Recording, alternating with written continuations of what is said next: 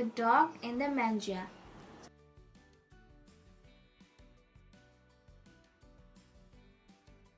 One day, a herd of cows went to the manger for food. They saw a dog resting on the hay in manger. When he saw the cows, he barked loudly and frightened them away. One of the cows bravely said, "Please let us have some hay. This hay is our food. We are hungry. Please go away from here." The dog snarled at the cow, and the cow turned back. Then another cow went out and called a bull.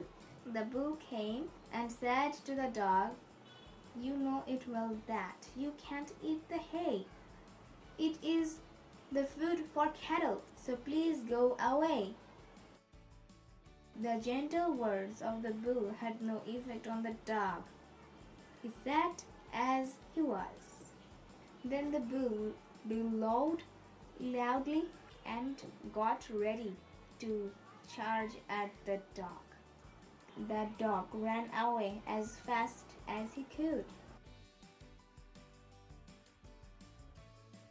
It is not good to be a dog in the manger.